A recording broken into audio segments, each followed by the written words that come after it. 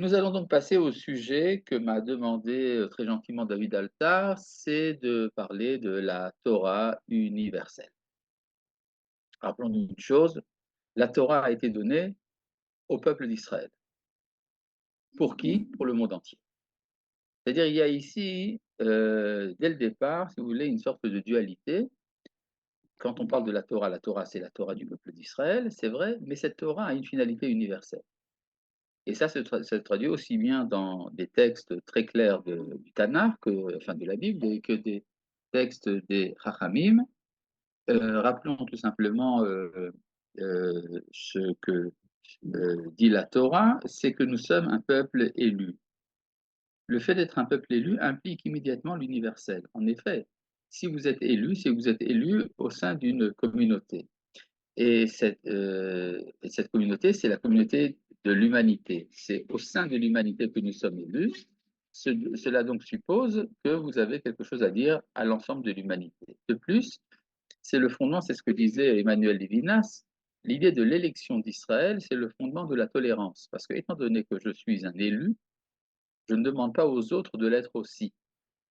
Chacun, donc, a sa particularité, sa spécificité, sa manière d'être homme, comme disait Manitou, et c'est à partir de la manière d'être homme d'Israël qu'il y a un rayonnement sur l'ensemble des différentes manières d'être homme qui sont les nations. Donc, il y a à la fois particularisme et universel. On pourrait dire même que le particularisme est le fondement de l'universel, contrairement à ce qu'on appelle le cosmopolitisme. Cette distinction faite à nouveau par Manitou, c'est que le cosmopolitisme ne tient pas compte des différences entre les différentes identités humaines, et donc le message d'une Torah, s'il y en a une, serait exactement égal pour l'ensemble de l'humanité. C'est ce qu'a voulu, par exemple, faire le christianisme. Quand le christianisme a déclaré toute l'humanité est Israël. Or, le Rav Kook dit c'est une catastrophe au niveau pédagogique et moral parce que ça implique que vous voulez donner un statut d'Israël à des peuples qui sont encore plongés dans la barbarie et dans l'immoralité, et ça ne fait pas avancer, bien au contraire, ça crée des illusions d'être déjà Israël alors qu'on ne l'est pas. Ça, si vous voulez, donc c'est l'idée même du peuple élu qui fonde l'universel tel que nous le voyons dans la Torah. Il y a également des midrashim assez extraordinaires quand même. C'est que les midrashim nous disent que Dieu a voulu donner la Torah aux nations avant de la proposer à Israël. Quelle que soit la signification que l'on donne de manière précise à ces midrashim, c'est extrêmement, sidérant, c'est inouï de voir qu'un peuple qui a reçu une Torah dit qu'elle n'était pas destinée à lui, mais qu'elle était destinée à l'humanité. Mais, et on peut aller plus loin. Par exemple, vous avez, ce texte des Talmud dans le traité de Shabbat, qui pose la question de savoir pourquoi est-ce que la montagne sur laquelle la Torah a été donnée s'appelle le mont Sinaï. Sinaï nous rappelle le mot hébreu Sina, qui veut dire la haine, l'animosité. Et la Guémara dit, mais c'est parce que sur le mont Sinaï est descendue la haine des nations. Sina leumot haolam. C'est quoi la haine des nations? Qui c'est qui haït? Est-ce que ce sont les nations qui haïssent Israël ou Israël qui haït les nations? Peu importe. Cela veut dire en tout cas qu'il y a un conflit qui éclate entre Israël et les nations à partir du moment où la Torah est donnée. Mais pourquoi? Si la Torah n'était pas destinée également aux nations dans l'a priori, alors pourquoi est-ce qu'il y aurait à ce propos une jalousie? Si par exemple personne n'est jaloux, par exemple, la girafe n'est pas jalouse de la chatte. La girafe est mariée à un girafe et la chatte est mariée à un chat, et il peut y avoir de convoitise. Par contre, entre 2 couples de chats, il peut y avoir convoitise. La Torah dit: «Tu ne convoiteras pas la femme de ton prochain». Et donc, s'il y a rancœur de la part des nations du fait qu'Israël a reçu la Torah, c'est-à-dire qu'a priori, elle est destinée également aux nations.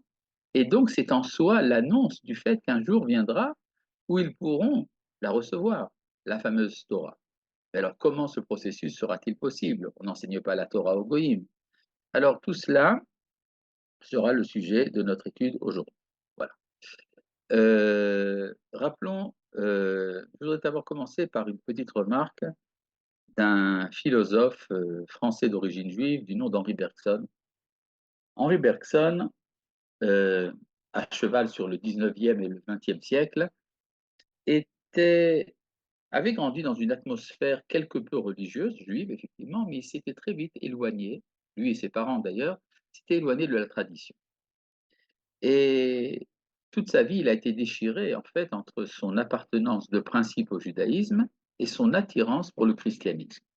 Il a pu même écrire que le christianisme était supérieur au judaïsme pour une raison très simple, c'est que alors que le judaïsme parle d'un Dieu qui... Excusez-moi une petite seconde.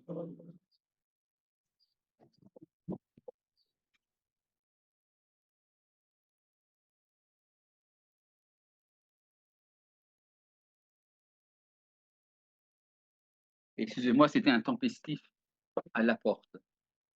Euh, oui, alors pour Bergson, alors que le judaïsme parle d'un Dieu qui ne se préoccupe que de son peuple, le christianisme, dit Bergson, a élargi l'image de Dieu à toute l'humanité.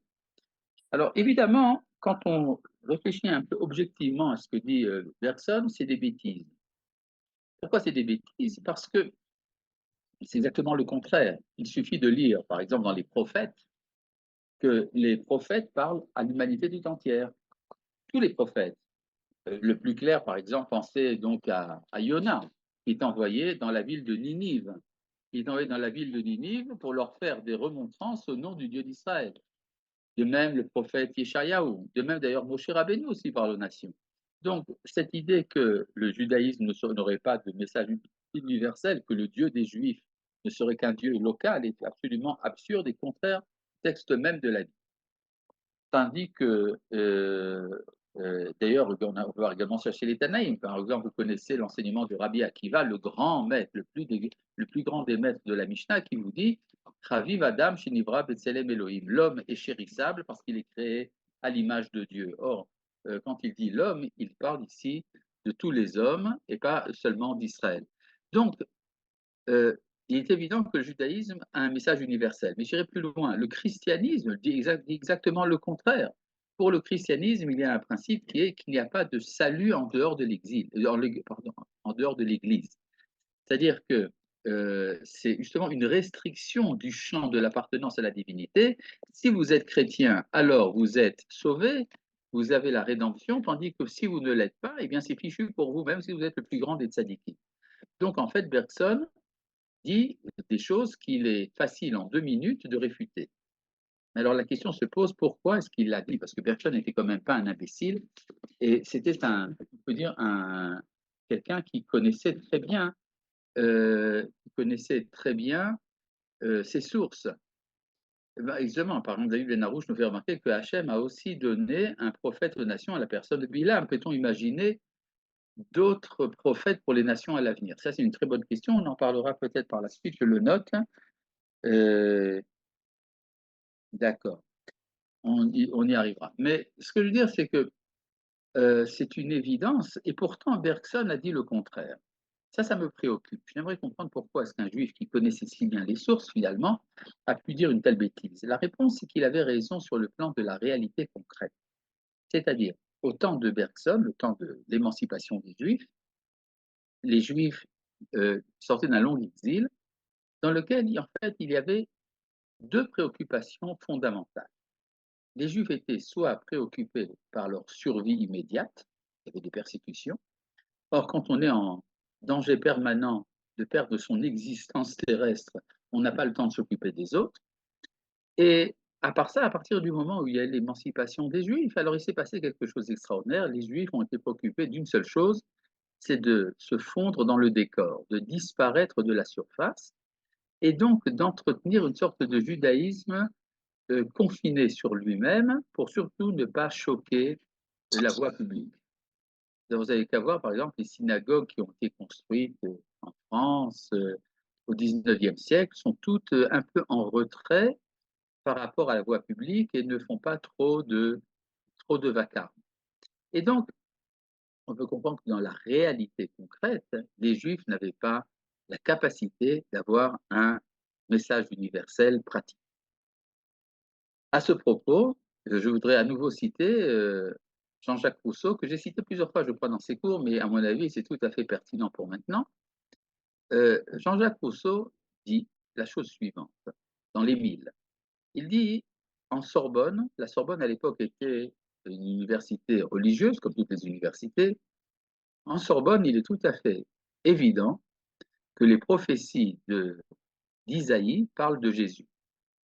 Il est tout à fait évident, avec la même évidence pour les rabbins d'Amsterdam, que les prophéties d'Isaïe n'ont rien à voir avec Jésus.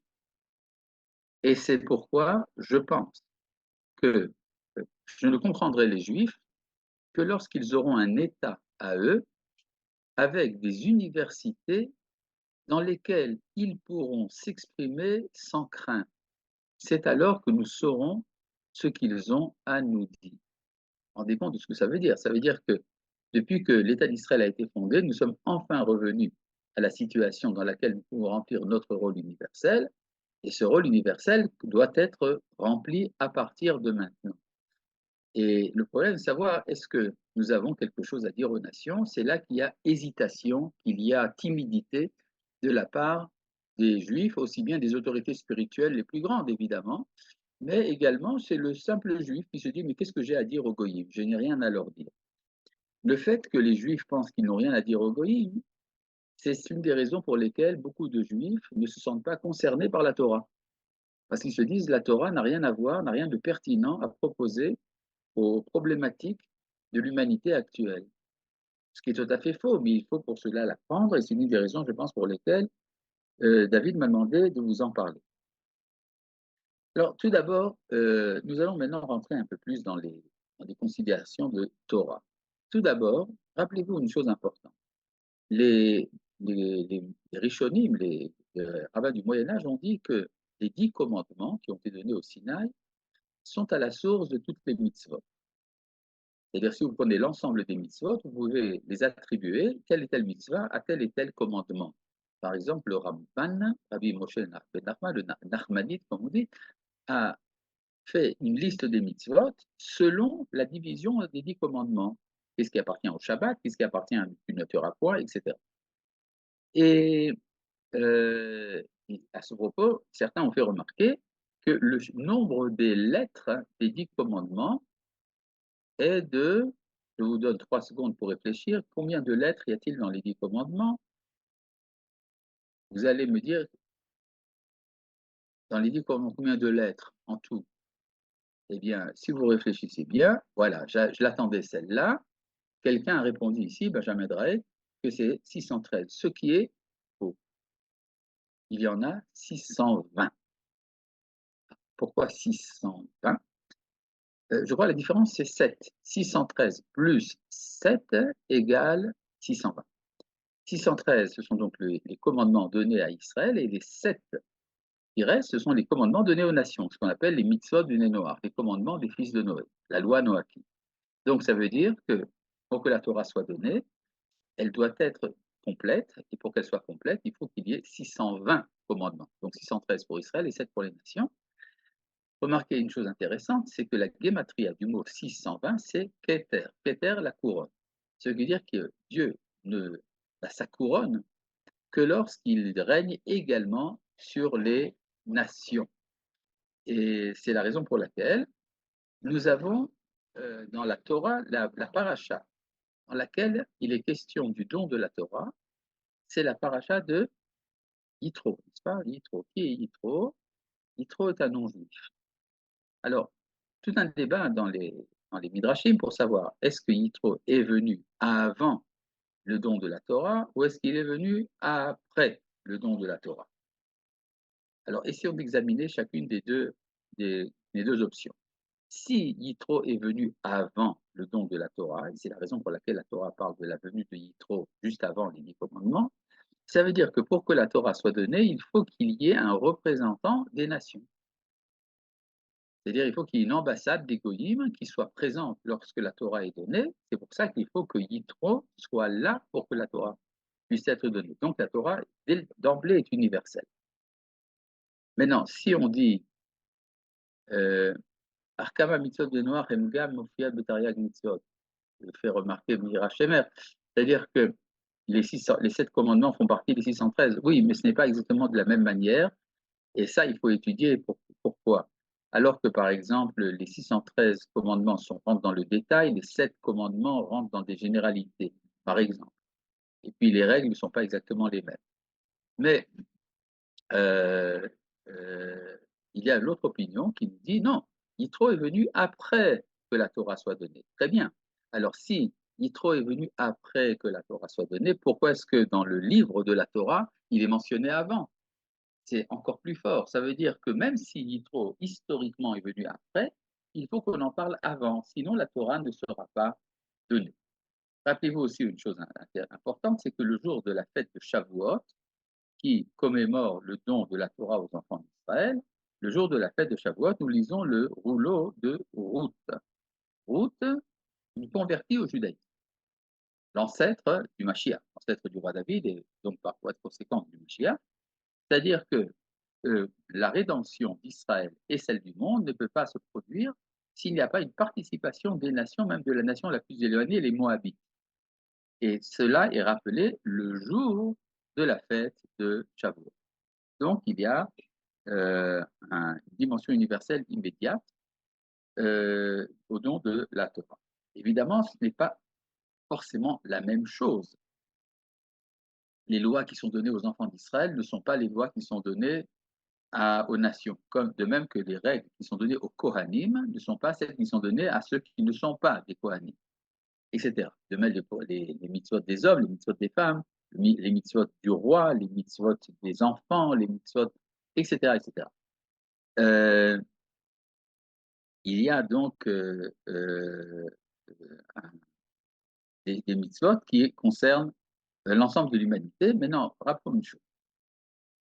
Le don de la Torah est mentionné dans la Torah plusieurs fois, essentiellement dans la paracha de Yitro, puis dans Mishpatim, ça c'est dans le livre de Shemot. Et puis c'est rappelé un peu partout également, surtout dans la paracha de Vaetranan, dans le livre de Devarim. Et puis, il y a encore une autre fois, qu'on oublie parfois, c'est le don de la Torah est mentionné également lors de la paracha de Zot HaBeracha, au moment du dernier discours de Moshe avant sa mort, quand il va bénir les enfants d'Israël. Et alors, il dit Hachem Misinaï Ba, Dieu est venu du Sinaï. Et les Chachamim ont dit que quand Moïse a entendu la voix de Dieu à ce moment-là, il a eu le sentiment qu'il revenait au mont Sinaï, que la voix du Sinaï qui s'était éteinte était en train de se rallumer. Tiens, il y a ici une question, quand on parle des nations, y a-t-il des différences entre ces nations, chinois, arabes, indiens?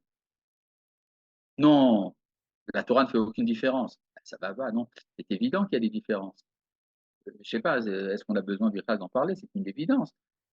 Quand vous parlez à un Chinois, vous ne parlez pas à un Arabe ou à un Indien, même sans rentrer dans les stéréotypes. Il y a des sensibilités différentes et donc il y a une manière différente pour la Torah de s'adresser à ces nations. Mais je voudrais rentrer dans le sujet, vous allez voir, on va en parler tout de suite. Quand Moshe, au moment de sa mort, se rappelle du mont Sinaï. Alors il dit un verset un peu compliqué, je vais vous le traduire aussi, mais écoutez la tonalité. Hachem mi Sinaï ba.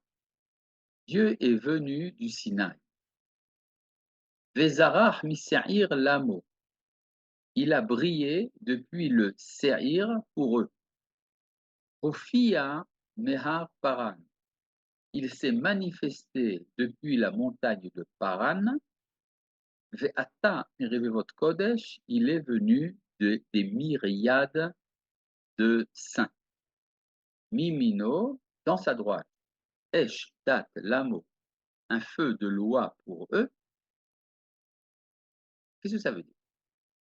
Alors, il y a des midrashim. Je rappelais ici, par exemple, le midrash Sifri, sur un des midrashim les plus autorisés, sur ce verset dans Devarim, qui dit que Dieu a parlé au mont Sinaï en 4 langues différentes. 4 langues. Tiens donc. C'est comment? Hachem Sinaï ba. Dieu est venu du Sinaï. C'est le Shon HaKodesh. C'est la langue de la sainteté, c'est-à-dire l'hébreu. Donc Dieu a parlé en hébreu. Vezarach Mistaïr Lamo, il a brillé depuis Seir. Seir, c'est la montagne des Édomites. Les Édomites sont l'archétype des Romains et des chrétiens. Que dit le Midrash? Il leur a parlé en latin. C'est la Shon Romi. C'est-à-dire que Dieu a parlé au Sinaï en latin. Il avait besoin de parler en latin, vraiment. Ophia Me'ar Paran, il est, euh, il s'est manifesté depuis la montagne de Paran, c'est qu'il a parlé en arabe, la Shon Aravi, puisque Ishmaël vivait dans le désert de Paran. Ve'ata Mirvot Kodesh, il est venu depuis les myriades d'êtres saints. Ça, c'est la Shon Arami, l'araméen. C'est donc comme si Dieu. Il y a un autre midrash qui dit que Dieu a parlé. Pour l'instant, commençons par quatre. Donc, l'hébreu, le latin, l'arabe et l'araméen, ça veut dire quoi?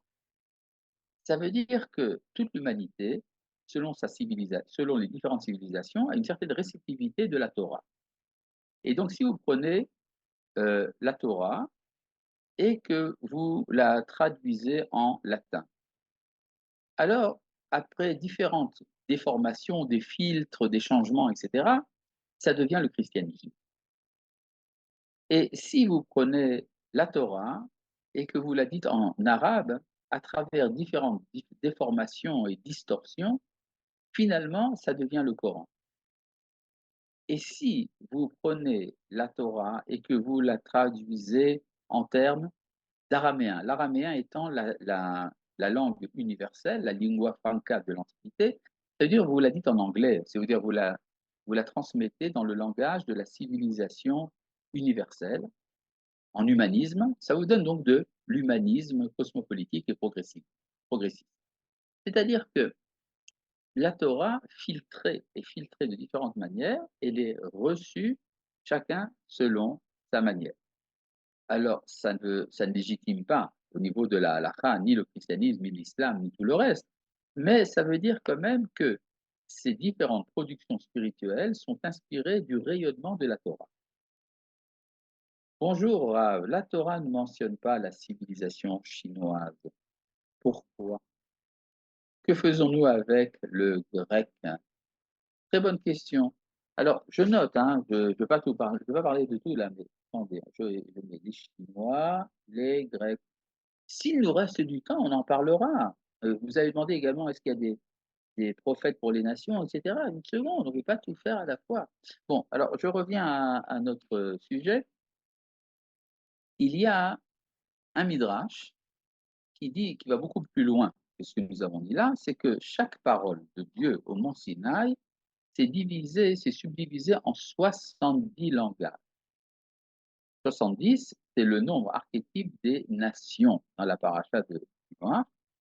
Et donc, les Noachides, les nations du monde, ont entendu chacun la Torah dans leur langage.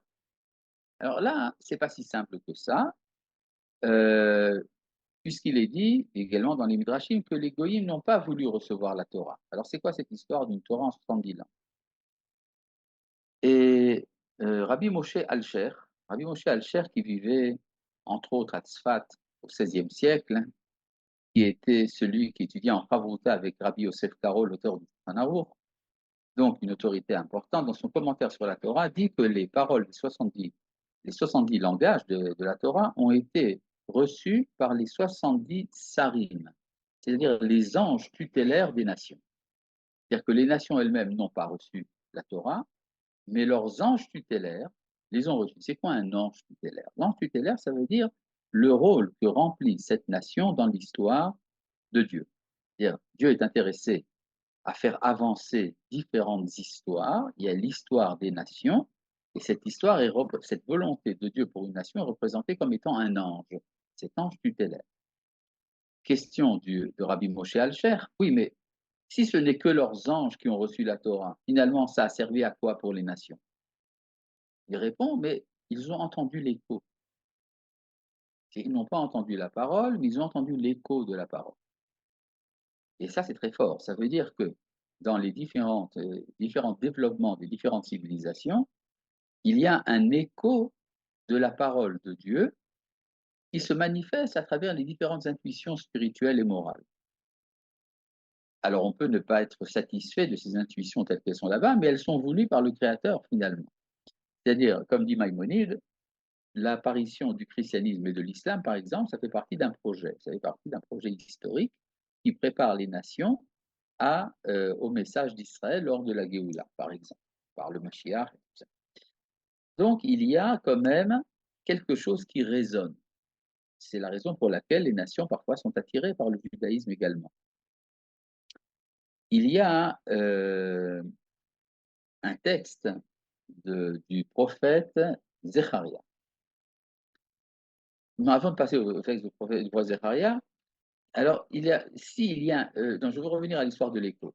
S'il y a un écho chez les nations, alors cet écho peut être exploité. Il y a une phrase que nous récitons 2 fois par jour par amour, c'est la phrase bien connue, Shema Israël, Hachem Eloheinu, Hachem Echad. Écoute Israël, l'Éternel est notre Dieu, l'Éternel est un. Alors, je n'ai pas très bien compris ce que ça peut vouloir dire. Parce que si c'est comme ça veut dire que qu'est-ce que signifie cette phrase? Certains disent que c'est l'expression, c'est la profession de foi du monothéisme hébraïque.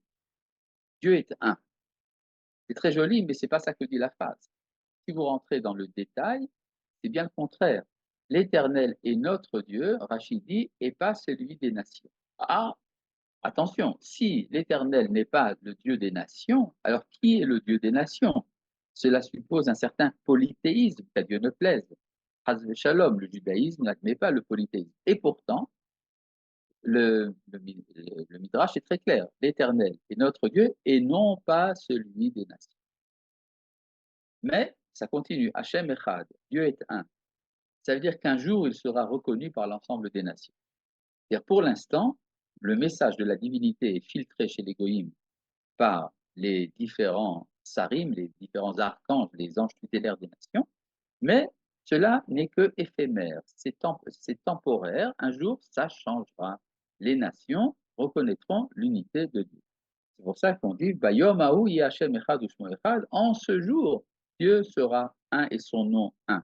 Ce qui veut dire que pour l'instant, son nom n'est pas un. Il est nommé de différentes manières. Viendra un temps où son unité sera reconnue par l'ensemble des nations. Hachem Echad Ushmo Echad. Maintenant, le schéma Israël, écoute Israël, cela veut dire que ça veut dire que quand nous affirmons tous les jours, écoute Israël éternel est notre Dieu pour l'instant et pas celui des nations, c'est l'engagement d'une dynamique au niveau de l'histoire. C'est-à-dire que plus l'histoire avance, plus c'est le rôle d'Israël de faire connaître la volonté de Dieu. Il y a à ce propos un verset dans le livre de Vaïkra, on dit comme ça, Vehu Ed, Vehu Ra'a O Shama, Imlo Yagid Venasa Avono. Si quelqu'un est témoin d'un dommage, ou bien qu'il a vu ou qu'il a entendu, s'il ne le dit pas, c'est-à-dire s'il ne va pas témoigner au tribunal, il portera sa faute. Alors le Midrash dit, le Midrash Vaïkra Rabbah, c'est Vehu Ed, s'il est témoin, ce n'est pas parce que Dieu est notre Dieu qu'il n'est pas celui des nations. C'est ce que dit Rachid. Donc, je reprends ici ce que dit le Midrash. Vehu Ed, s'il y a un témoin. Le Midrash va très loin. C'est quoi le témoin? C'est Israël. Puisque le prophète Isaïe dit du peuple d'Israël, Atem Edai, vous êtes mes témoins, Va'aniel, et c'est pour ça que je suis Dieu. Atem Edai, Va'aniel. Donc le témoin, c'est Israël. Ve'ura'a, et il a vu. Qu'est-ce qu'il a vu? Il a vu la révélation du Sinaï. Oshama, c'est quoi Shama? Il a entendu, c'est le schéma Israël. Imlo Yagid, s'il ne raconte pas, s'il ne témoigne pas, Venasa Avono, c'est quoi témoigner? Si vous ne témoignez pas de ma divinité face aux nations, alors vous serez coupable. Venassa Avono. Donc il y a également donc, un devoir d'Israël de faire connaître la volonté de Dieu aux nations. Et c'est la raison pour laquelle vient dans le livre d'Isaïe et également dans le livre de Mitra, il est dit que viendra un jour où les nations se diront, montons à la montagne de Dieu, à la maison du Dieu de Jacob, et qu'il nous enseigne, Veyorenu midrachav, qu'il nous enseigne ses voies. Venelcha beorchotav, nous suivrons ses cheminements. Kimitzion tetze Torah udvar Hashem Yerushalayim, car c'est de Sion que sort la Torah et la parole de Dieu de Jérusalem. Remarquez que cette belle phrase, Kimitzion tetze Torah, qui est bien connue, est prononcée par les goïms. Ce sont les goïms qui disent que la Torah sort de Sion. Et elle sort vers où? Elle sort vers eux, justement. C'est-à-dire qu'il y a une Torah qui leur est destinée. On appelle la Torah des goïms, alors qu'on n'a pas le droit d'enseigner la Torah des goïms, mais il y a quand même, chez les kabbalistes, cette distinction entre les mondes des lignes droites et le monde des lignes courbes, Yosher et Idulim, et la Torah que nous n'enseignons pas aux nations, c'est celle qui est destinée à Israël, c'est celle du Yosher, des lignes droites. Mais il y a également celle des lignes courbes qui est destinée aux nations, Torah des Idulim. Et donc, à nouveau, c'est une idée de Manitou. Maintenant, quelle est la différence entre ce que nous donne à nous la Torah et ce qu'elle donne aux nations? Alors, nous savons qu'il y a ce qu'on appelle Kedushat Aklal et Kedushat Aprat, la sainteté individuelle et la sainteté collective. Toute personne sur Terre, de quelque civilisation qu'elle soit, qui est intéressée à sanctifier sa vie, ben, elle peut le faire. C'est ce qu'on appelle Kedushat Aprat, étant donné que l'homme est créé à l'image de Dieu. Donc, tout homme a la capacité d'entrer en contact avec la divinité selon son comportement. C'est ce que dit le Midrash Tana Devi Eliyahu. Meidani alai shamayim vaaretz. Je fais témoigner sur moi le ciel et la terre. Ben ish ben isha, que l'on soit homme ou femme, que l'on soit libre ou asservi, que l'on soit d'Israël ou des nations, Ruach HaKodesh Shora Alav. L'Esprit Saint peut résider sur lui, à Kol Lefi Ma'asav, selon les actions qu'il fait. C'est-à-dire que ça suppose que même les nations peuvent avoir des prophètes, et ceci même aujourd'hui, pour commencer à répondre à une des interrogations de tout à l'heure. Mais alors, dans ce cas-là, hein, pourquoi se convertir au judaïsme? Si je peux, moi, en tant que non-juif, accéder à la sainteté en étant à l'extérieur d'Israël, pourquoi devrais-je rentrer dans la communauté d'Israël? La réponse est très simple, c'est que je désire, en plus de la sainteté individuelle, je désire de la sainteté collective, la Kedushat Aklal. Or, la sainteté collective n'existe pour l'instant que dans une seule collectivité, c'est celle d'Israël. C'est pour ça qu'Israël est appelé Am Hashem, le peuple de Dieu. C'est-à-dire, en tant qu'entité collective, nous appartenons à la divinité, ce qui n'est pas le cas des nations. Et donc, si un non-juif me dit je ne suis pas satisfait par la sainteté individuelle, je désire appartenir à une communauté de sainteté, alors on lui dira ben, c'est très bien, la porte est ouverte, vous pouvez vous convertir au judaïsme.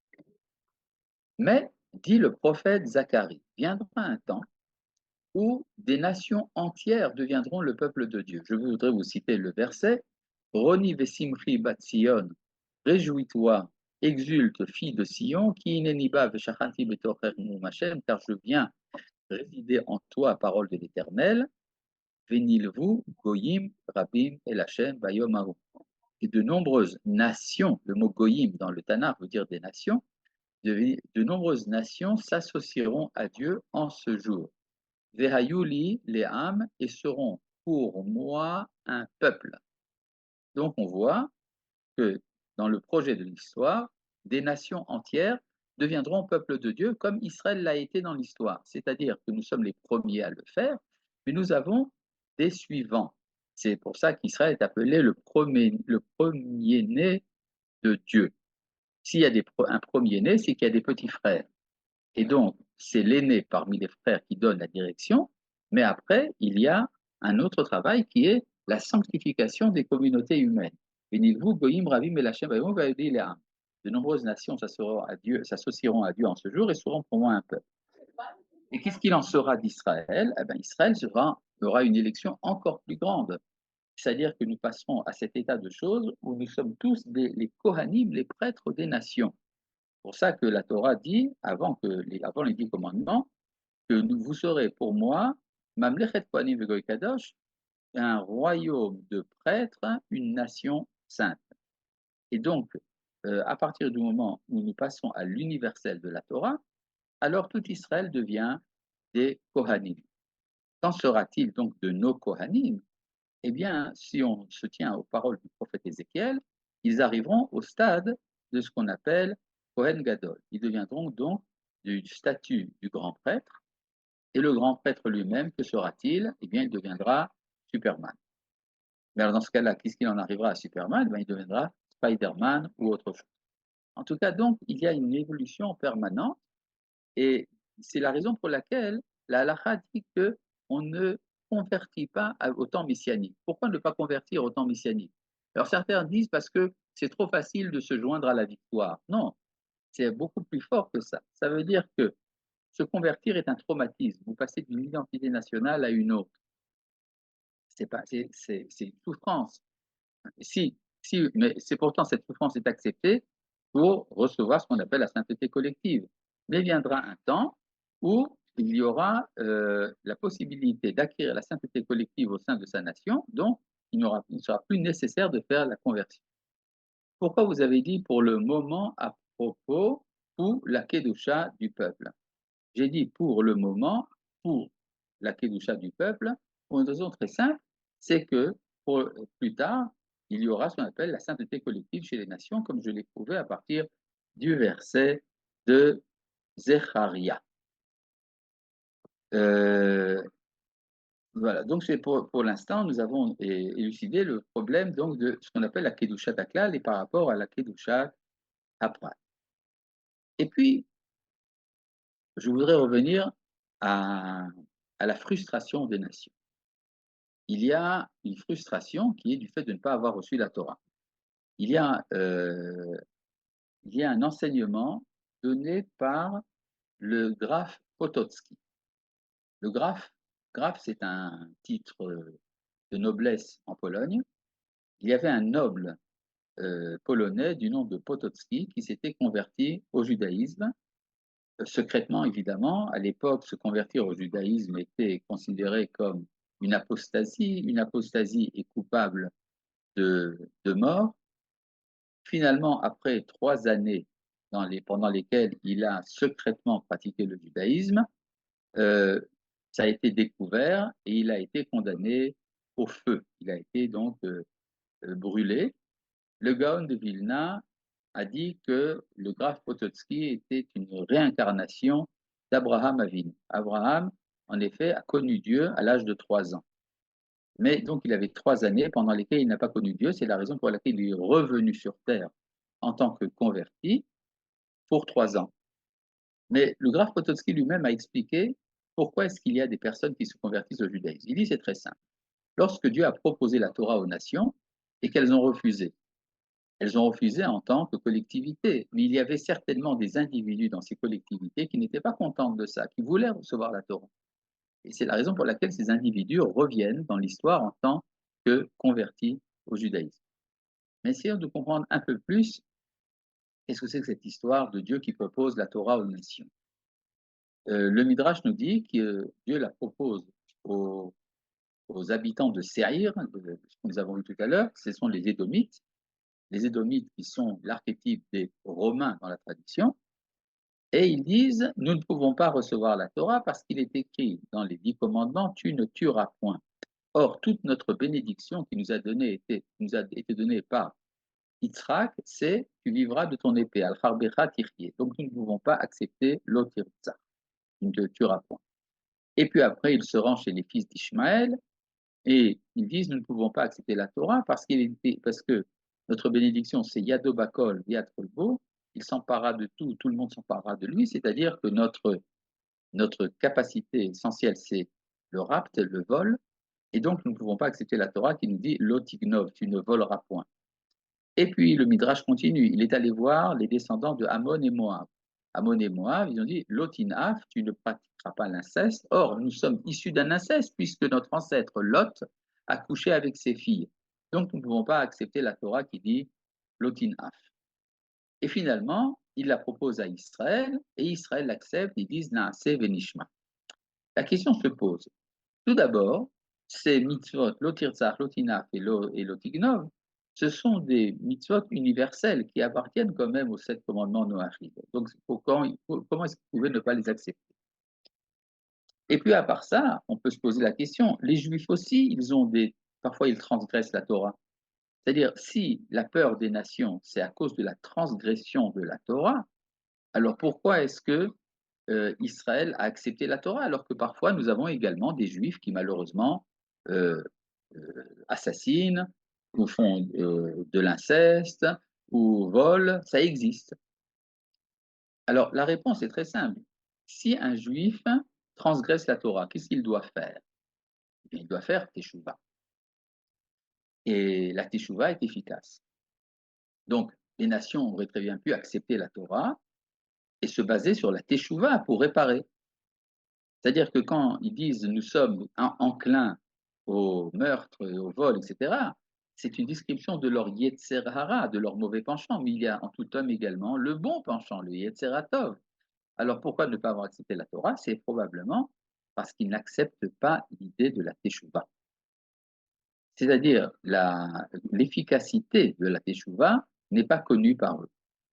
Et c'est la raison pour laquelle ils n'ont pas voulu la Torah. Donc, si les enfants d'Israël, eux, ont accepté la Torah, c'est parce qu'ils ont la foi en l'efficacité de la Teshuvah. Mais malgré tout, euh, bonjour Rav, l'évolution biologique passe forcément par une évolution morale, avec un E après le mot moral. Euh, non, pas forcément. Mais je vois pas très bien le rapport. Alors pourquoi El Harbecha Tirye? Il n'y a pas El Harbecha Tirye, il y a Al Harbecha Tirye. Donc, oui, Al, très bien. Oui, il y a le Al-Kharbiqa Tirkiye, c'est-à-dire que dans l'histoire, la destinée des Béné Édom, c'est l'épée. Ça ne veut pas dire que cette épée ne peut pas être utilisée en bien. Par exemple, c'est la tentative de l'ONU de faire ce qu'on appelle des forces armées internationales pour établir, pour imposer la paix. Bon, ça n'a pas tellement marché jusqu'à présent, mais le principe existe. Donc maintenant, revenons à l'histoire donc des nations qui finalement reconnaissent au niveau de ce qu'on appelle la morale universelle la validité de la morale qui interdit de tuer, de voler et de pratiquer l'inceste. Simplement, euh, ce que les nations ne veulent pas, c'est pas qu'elles ne veulent pas accepter les lois de la morale, elles ne veulent pas accepter que ce soit une mitzvah. Il y avait, parce que l'idée de la mitzvah fait peur. C'est Israël qui a choisi la Torah ou c'est Dieu qui nous a choisis? C'est Dieu qui nous a choisis et pourtant il nous a demandé notre avis.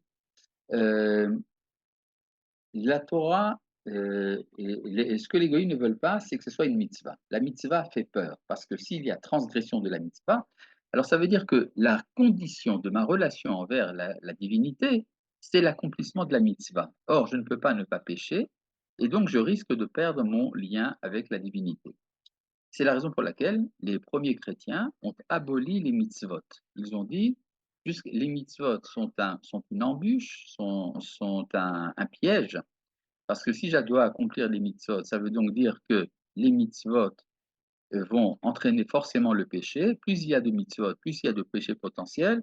Donc, c'est un malheur, les mitzvot.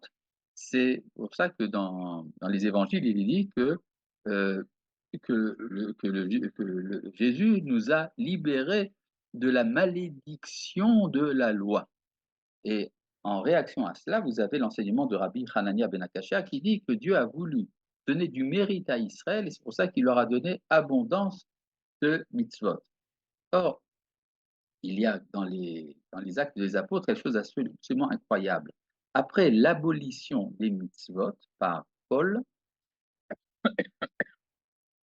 la première communauté chrétienne qui vivait à Antioche, en Syrie, a commencé à vivre une vie de débauche.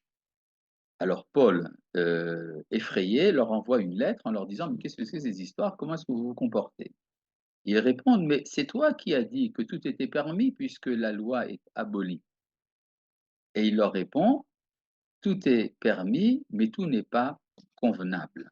Ce qui veut dire, les commandements de la morale naturelle doivent continuer, doivent être observés même après l'abolition des mitzvot, mais c'est ce qu'on appelle dans la Gemara, she'eno mitzuveh ve'oseh, c'est-à-dire, là, ce n'est pas par obligation que je le fais, mais c'est par devoir moral.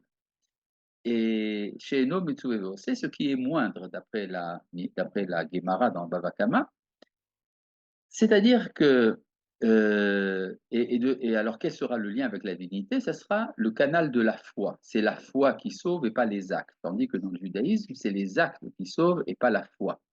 Ce qui vous explique donc ce dogme qu'on voit chez les chrétiens, qui est que on peut être pécheur, mais quand même sauvé par la foi, tandis que si on est vertueux par les actes, mais qu'on n'a pas la foi, alors on est damné, ce qui est assez grave du point de vue du judaïsme.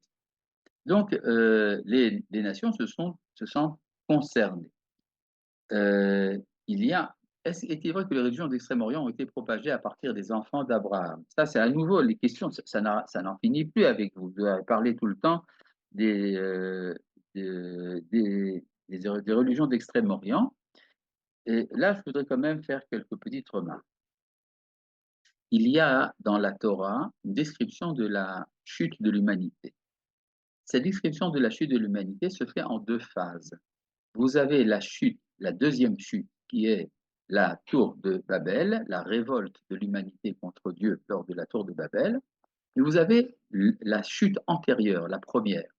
C'est celle de la génération de Enoch. Enoch, le petit-fils d'Adam et Ève, qui lui était l'inventeur de l'idolâtrie. Et c'est quoi le mot Enoch? Ça veut dire l'oubli. C'est-à-dire, ce n'est pas une révolte, c'est simplement un éloignement de l'origine. Quand on s'éloigne de l'origine, on oublie l'origine.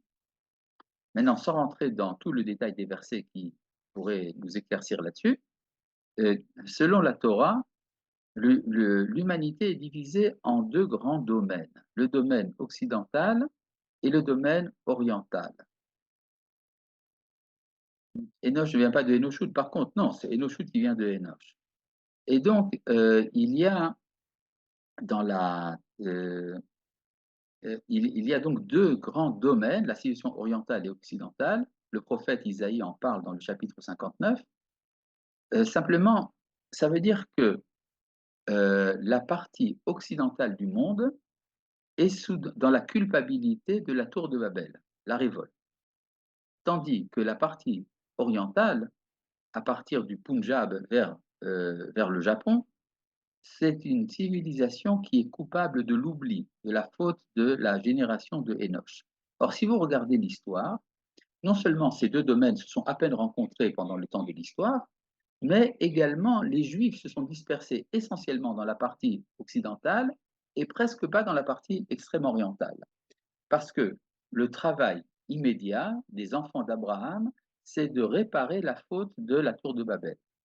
Une fois cela achevé, ça nous a pris presque 4000 ans pour le faire et nous sommes revenus en place, c'est le moment maintenant de commencer à rayonner sur l'Extrême-Orient. Et c'est pour ça que nous commençons par ce qu'on appelle l'écorce qui vient avant le fruit, Klipa Kodemet Lapri, expression kabbalistique, et nous envoyons nos jeunes Israéliens après l'armée se chercher en Inde ou en Thaïlande.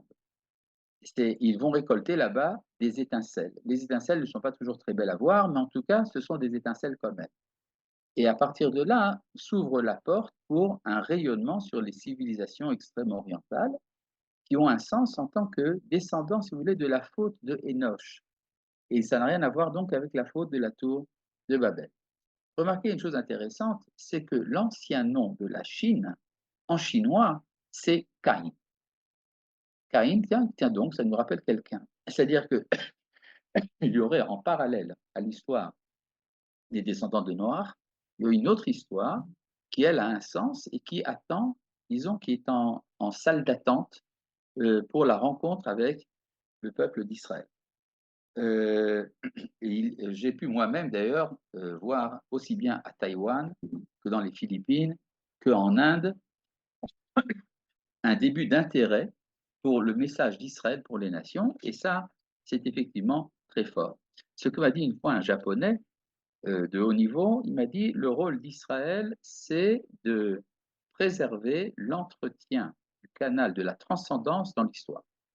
C'est-à-dire, Dieu est présent dans l'histoire, la transcendance fait irruption dans l'immanence, et celui qui entretient la cheminée, si vous voulez, du rapport entre l'infini et le monde, c'est Israël. Si vous voulez, donc, nous avons un rôle important, c'est celui d'être les ramoneurs des cheminées de Dieu. Les ramoneurs sont souvent un peu sales, c'est pour ça que nous avons pas toujours très beau à voir.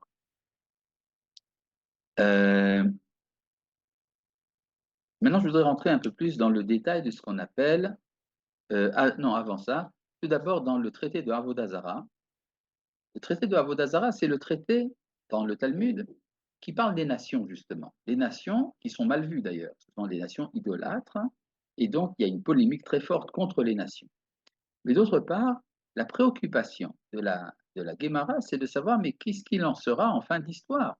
Comment est-ce que l'humanité sera jugée par le Créateur lui-même? Et là, la Guémara nous amène un midrash absolument incroyable, qu'en fin d'histoire, Dieu prendra un rouleau de la Torah qu'il mettra dans son sein. Et il dira, tous ceux qui se sont occupés de ce qui est écrit dans ce livre, eh bien, viendront recevoir leur récompense. Et donc, qui c'est qui s'est occupé de la Torah? Brusquement, le Midrash nous dit, toutes les nations viennent en mélange recevoir leur récompense. Une seconde.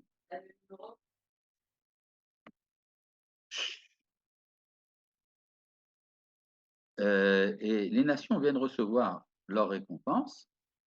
Et, et pourquoi est-ce qu'elles viennent recevoir leur récompense? Parce que tout ce que nous avons fait dans l'histoire, nous avons créé la civilisation universelle, mais nous avons pour qu'Israël puisse étudier la Torah.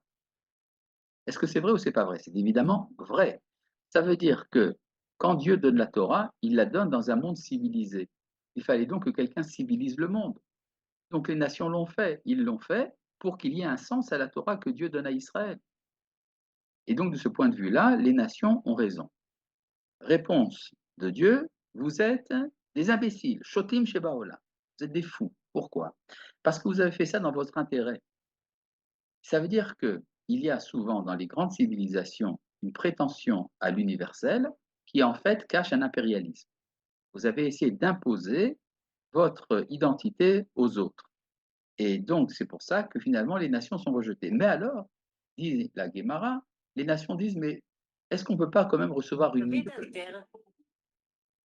Est-ce qu'on ne peut pas recevoir une mitzvah pour réparer tout ça? Et Dieu leur dit, c'est un peu tard, mais malgré tout, je n'agis pas avec vous en tyrannie, et donc je vous donne une mitzvah, la souka.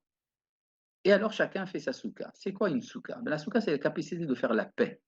C'est-à-dire, la Guémara dit, tout Israël peut vivre dans une seule souka. Ça veut donc dire que tout Israël peut vivre en paix. Et donc, le projet des nations à la fin de l'histoire, c'est de réaliser la paix. On peut dire que c'est ça la tentative de l'Organisation des Nations Unies. Mais comme il fait trop chaud dans la souka, finalement, les nations donnent un coup de pied à la souka et s'en vont. C'est quoi ce coup de pied? Pourquoi c'est quoi la chaleur de la souka? C'est qu'il y a parfois des moments où la violence revient sur la tête. Alors, Magra dit, oui, d'accord, mais quand il fait trop chaud dans la souka, on est dispensé de rester dans la souka. Quel est le problème? Oui, on est dispensé, mais on n'a pas besoin de donner un coup de pied. C'est-à-dire, il y a une volonté des nations de se libérer de l'emprise de la Torah, et c'est ça qui juge les nations à la fin de l'histoire. Donc chaque nation sera jugée par rapport à sa relation envers les enfants d'Israël. Et ça fait partie donc du projet universel qui demanderait effectivement toute une étude en soi. Comment est-ce que chaque nation a sa relation particulière envers Israël? Et pour l'instant, avant d'arriver à ce jugement de l'histoire, il y a ce qu'on appelle le noachisme. Le noachisme, c'est la loi des nations. Alors, comme vous le savez, Maïmonide dit, comme le dit Maïmonide et comme dit la Guémara, pour faire partie de ce qu'on appelle l'identité Ben Noach, Noachide, il faut faire une déclaration officielle devant 3 rabbins comme quoi telle personne accepte les lois noachides. C'est une des raisons pour lesquelles j'ai fondé une organisation internationale, Britolam, dans laquelle les nations, des membres des nations viennent et font la déclaration officielle de l'acceptation des lois noachides devant 3 rabbins. Et nous avons pour l'instant plusieurs milliers, peut-être des dizaines de milliers d'individus sur Terre qui sont intéressés par ça et qui font ces déclarations.